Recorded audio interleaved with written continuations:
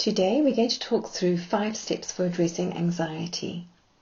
Anxiety often shows up when we're struggling with connection and communication in a significant relationship. So I'd like to talk you through this value of anxiety and how it can be a positive thing as I share this 5-step framework for addressing it. My name is Shelley and I'm a specialist relationship coach, helping people all over the world to heal their broken hearts and to reconnect to life and love. How anxiety can be helpful? Well, it's often maligned as a bad emotion, one that should either be ushered away or swept under the carpet. I believe, however, that all emotions have value and meaning, and that if we allow them to work their magic, they bring us great gifts. Anxiety brings the gift of getting prepared for what lies ahead.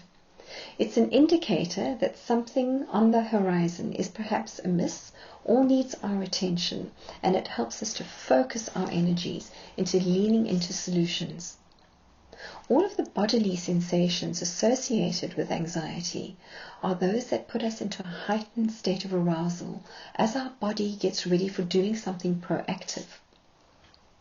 Anxiety can be interpreted as a call for action.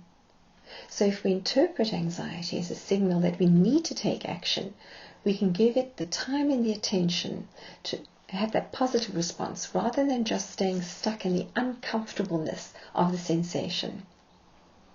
These 5 steps for addressing anxiety. Well, number 1, when you find yourself recognizing that feeling of anxiety in your body, these are the 5 steps I recommend you work through in order to embrace it as a friend and benefit from the gifts it can bring.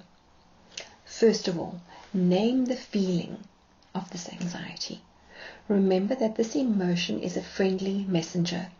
It's not part of you, but it's visiting as an emotion to help you to focus on what you need to. 2, it might feel uncomfortable, but take 10 minutes to sit with it, tune into it and work out what it is that you're feeling anxious about. Naming the source of anxiety will help you to embrace the gift of focus that this emotion is bringing you. 3, most emotional pain we experience is brought about either by unmet needs or our deepest longings, or by the negative story that we're telling ourselves about the needs. Ask yourself 2 questions about the source of anxiety. Am I able to identify the need ahead of me that I don't feel ready to address? Or 2, are there any negative stories I'm telling myself that might make me feel less capable or less prepared for what lies ahead? Number 4, ask yourself about those unmet needs or negative stories that you've identified. What is in my power to change? These are the areas that you need to focus on. And 5, write out a list of action steps that you can take right now to start this move towards a solution. In my work as a relationship coach, I find that a lot of people experience anxiety at the ending of a relationship. And there are a number of reasons for this. Firstly, we may have lost our sense of purpose and part of our identity as the relationship was an important one, and now we've lost the connection. Secondly, our entire vision for the future may have changed, leaving us in a space of uncertainty.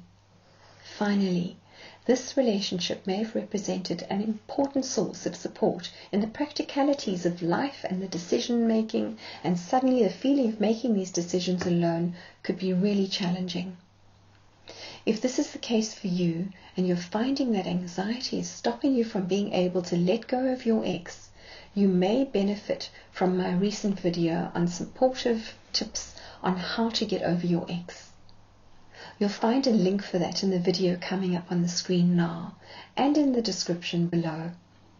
I love sharing my tools and tips and guidance with you and supporting you on your journey to thriving in relationships. Please subscribe to my channel by clicking on the subscribe button so we can travel this path together.